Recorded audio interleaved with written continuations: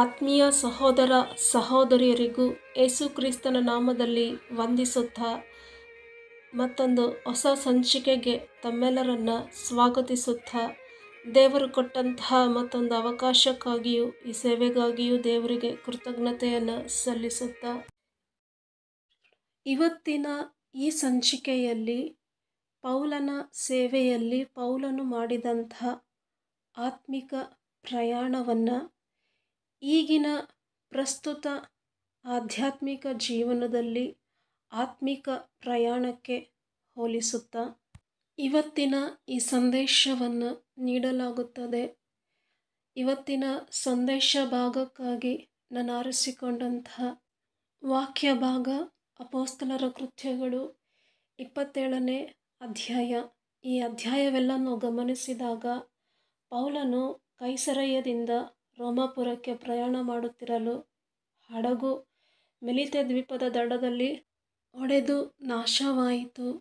ಈ ಪ್ರಯಾಸಕರವಾದ ಅಪಾಯಕರವಾದಂತಹ ಆತ್ಮಿಕ ಪ್ರಯಾಣದಲ್ಲಿ ಪೌಲನಿಗೆ ಎದುರಾದಂಥ ಸವಾಲುಗಳು, ಇದರ ಮಧ್ಯದಲ್ಲೂ ಪೌಲನ ಧೈರ್ಯದಾಯಕವಾದಂಥ ಸೇವೆ ಹಾಗೂ ಪ್ರಯಾಣ, ಪೌಲನ ಸಾಹಸದ ಈ ಪ್ರಯಾಣ ಇವತ್ತಿನ ಆಧ್ಯಾತ್ಮಿಕ ಜೀವನಕ್ಕೆ ಹಾಗೂ ಆತ್ಮಿಕ ಪ್ರಯಾಣಕ್ಕೆ ಯಾವ ರೀತಿ ಉತ್ತೇಜನ ನೀಡುತ್ತದೆ ಎಂಬುದನ್ನು ಇವತ್ತಿನ ಈ ಸಂಚಿಕೆಯಲ್ಲಿ ನಾವು ತಿಳಿದುಕೊಳ್ಳೋಣವ.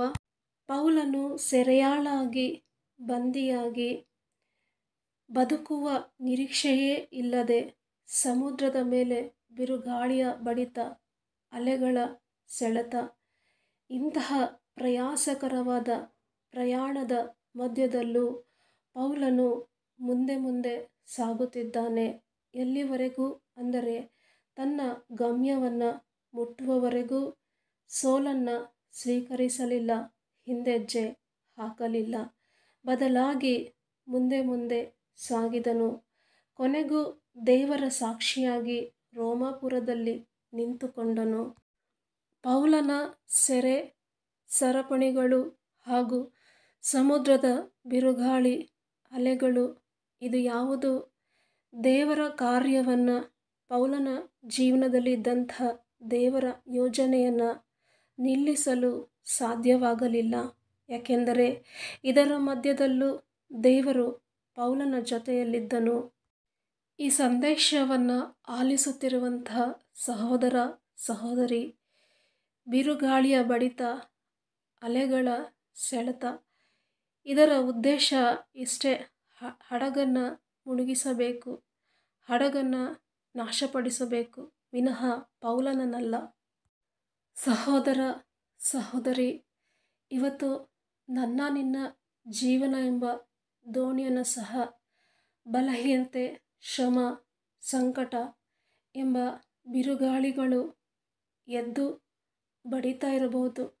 ಅಲೆಗಳೆದ್ದು ಅದನ್ನು ಮುಳುಗಿಸುವ ಪ್ರಯತ್ನ ಮಾಡ್ತಾ ಇರಬಹುದು. ಆದರೆ ನನ್ನನ್ನು ನಿನ್ನನ್ನು ಈ ಬಿರುಗಾಳಿಯಂಥ ಶ್ರಮ ಹೋರಾಟಗಳು, ಈ ಅಲೆಗಳಂಥ ಸಂಕಟಗಳು ಮುಳುಗಿಸಲು ಸಾಧ್ಯವಿಲ್ಲ. ಯಾಕೆಂದರೆ ಪೌಲನಿಗೆ ಆಧಾರವಾಗಿ, ಆಶ್ರಯವಾಗಿ, ಪೌಲನ ಸಹಾಯಕ್ಕಾಗಿ ನಿಂತುಕೊಂಡಂತಹ ಆ ದೇವರು ಇವತ್ತು ನನ್ನ ನಿನ್ನ ಪಕ್ಷವಾಗಿಯೂ ನಮ್ಮ ಈ ಪ್ರಯಾಸಕರವಾದ ಪ್ರಯಾಣದ ಮಧ್ಯದಲ್ಲಿ ನಮ್ಮ ಪರವಾಗಿ, ನಮಗಾಗಿ, ನಮ್ಮ ಸಹಾಯಕ್ಕಾಗಿ ಈಗಾಗಲೇ ದೇವರು ನಿಂತುಕೊಂಡಿದ್ದಾರೆ. ದೇವರೇ ನಮ್ಮ ಪಕ್ಷವಾಗಿ ನಿಂತರೆ ಯಾವ ಅಲೆಗಳು, ಯಾವ ಬಿರುಗಾಳಿ ನಮ್ಮನ್ನು ಮುಳುಗಿಸಲು ಸಾಧ್ಯ?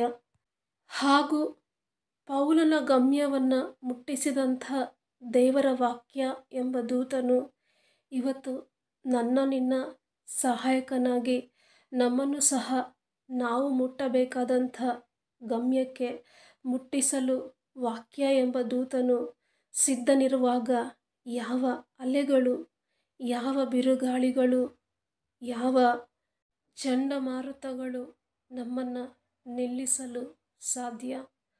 ಆದ್ದರಿಂದ ಸಹೋದರ ಸಹೋದರಿ, ಈ ಸಾಹಸಕರವಾದಂತಹ ಪ್ರಯಾಣದಲ್ಲಿ ನಮಗಾಗಿ ನಮ್ಮ ಪಕ್ಷದಲ್ಲಿರುವಂಥ ಆ ದೇವರನ್ನೇ ನಿರೀಕ್ಷಿಸುತ್ತಾ ಆ ವಾಕ್ಯ ಎಂಬ ಖಡ್ಗವನ್ನು ಹಿಡಿದುಕೊಂಡು ನಮ್ಮ ಎದುರಾಗಿ ಸವಾಲಾಗಿ ಎದ್ದಿರುವಂಥ ಎಲ್ಲ ಬಿರುಗಾಳಿಯಂಥ ಶ್ರಮಗಳನ್ನು, ಹೋರಾಟಗಳನ್ನು ಸೀಳಿಕೊಂಡು ಅಂಜದೆ, ಅಳುಕದೆ, ಕೆಚ್ಚದೆಯಿಂದ ಮುಂದೆ ಮುಂದೆ ಸಾಗೋಣವ.